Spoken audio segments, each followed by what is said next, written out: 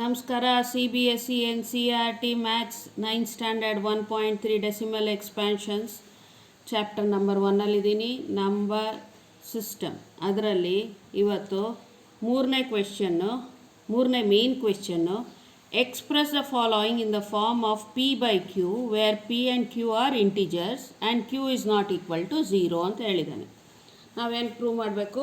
ಅವ್ನು ಕೊಟ್ಟಿರೋ ಡೆಸಿಮಲ್ನ ಫ್ರ್ಯಾಕ್ಷನ್ನು P/Q ಅಂದರೆ ಫ್ರ್ಯಾಕ್ಷನ್ಗೆ ಹಾಕಬೇಕು, ಫ್ರ್ಯಾಕ್ಷನ್ ಮೂಲಕ ತೋರಿಸ್ಬೇಕು. ಸೊ ಕ್ವೆಶ್ಚನ್ ಏನು ಕೊಟ್ಟಿದ್ದಾನೆ? ಫಸ್ಟ್ ಒನ್ನು 0.6 ರೆಕರ್ ಆಗತ್ತೆ ಅಂದ ಮೇಲ್ಗಡೆ ತಲೆಗೆ ಒಂದು ಗೀಟ್ ಎಳೆದಿದ್ದಾನೆ.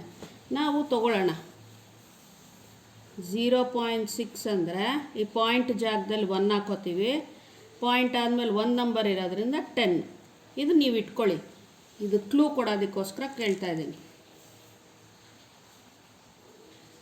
ಆನ್ಸರ್ ಮಾಡೋಣ. Let x equals 0.666. ಎಷ್ಟು ಬೇಕಾದ್ರೆ ಹಾಕೋಬೋದು. ನಾನು 666 ಅಂತ 3 ಹಾಕ್ಕೊಂಡಿದ್ದೀನಿ. ಇದನ್ನು ಈಕ್ವೇಷನ್ 1 ಅಂತ ಹಾಕ್ಕೊಳ್ಳೋಣ.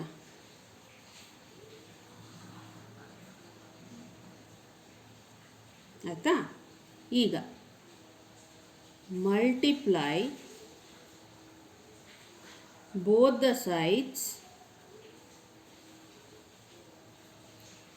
by 10. ನಾನು ಇಲ್ಲಿ ಮಾಡ್ಕೊಂಡಲ್ಲ 10 ಅಂತ ಏನಿಗೆ ಬೇಕು ಅಂತ ಈ ಪಾಯಿಂಟ್ ಇರೋ ಕಡೆ 1 ಹಾಕ್ಕೊಂಡೆ, ಪಾಯಿಂಟ್ ಆದಮೇಲೆ ಒಂದೇ ನಂಬರ್ ಇತ್ತು, 1 0 ಹಾಕ್ಕೊಂಡೆ. Multiply by 10 ಇದಕ್ಕೋಸ್ಕರನೇ. ಆಯಿತಾ? ಇದೇನಾಗತ್ತಾಗ x ಇಂಟು 10 0.666 ಇಟ್ಕೋತೀನಿ ಇಂಟು 10. ಇದೇನಾಯಿತು? 10x 6.66 ಬಂತು. ಸರಿನಾ? ಒಂದು ಪಾಯಿಂಟ್ ಈ ಕಡೆ ಹೋಗುತ್ತೆ ಮಲ್ಟಿಪ್ಲೈ ಮಾಡಿದಾಗ, ನೋಡ್ಕೊಳ್ಳಿ ನೀವೇ.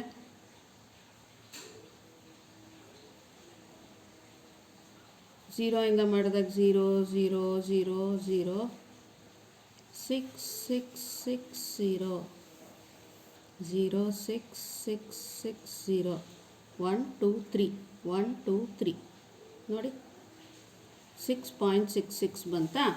ಆಮೇಲೆ 0 ಬಂದಿದೆ, ಪರವಾಗಿಲ್ಲ, ನಮ್ಗೆ ಇಷ್ಟು ಬಂದರೂ ಸಾಕು. ಇದನ್ನು ಈಕ್ವೇಷನ್ ನಂಬರ್ 2 ಅಂತ ಹಾಕ್ಕೊಳ್ಳೋಣ.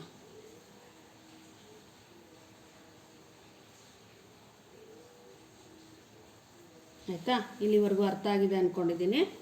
ಈಗ subtract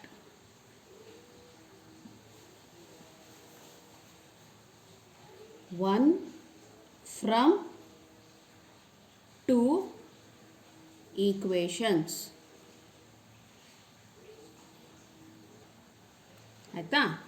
ಇವಾಗ 1 ಯಾವುದು? x ಫ್ರಮ್ 2 ಅಂತ ಹೇಳಿದ್ದಾನೆ. ಫಸ್ಟ್ 2 ಹಾಕ್ಕೊಳ್ಳೋಣ. 10x equals 6.66. ಇದು 2 ಈಕ್ವೇಷನ್, ಸೆಕೆಂಡ್ ಈಕ್ವೇಷನ್.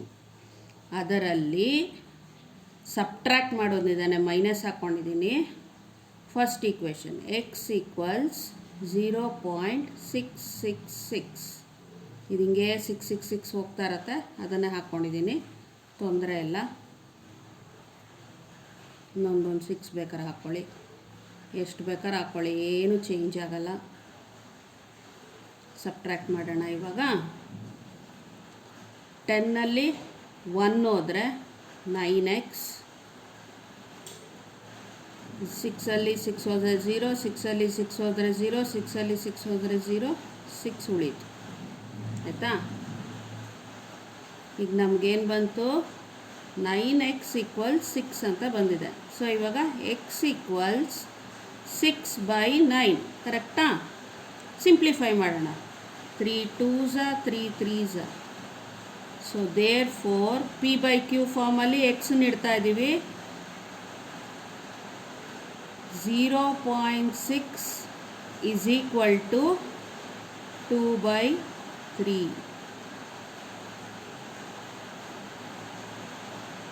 ಬಂತಾ? P/Q ಫಾರ್ಮು P/Q ಫಾರ್ಮಲ್ಲಿ ಇಟ್ಟಿದ್ದೀವಿ. Q 0 ಇಲ್ಲ, 0ಕ್ಕಿಂತ ಜಾಸ್ತಿ ಇದೆ. ಸೊ 0.6 ಅಂದರೆ 2/3. ಇಲ್ಲಿಗೆ ನಮ್ಮದು ಮುಗಿಯುತ್ತೆ. Thank you.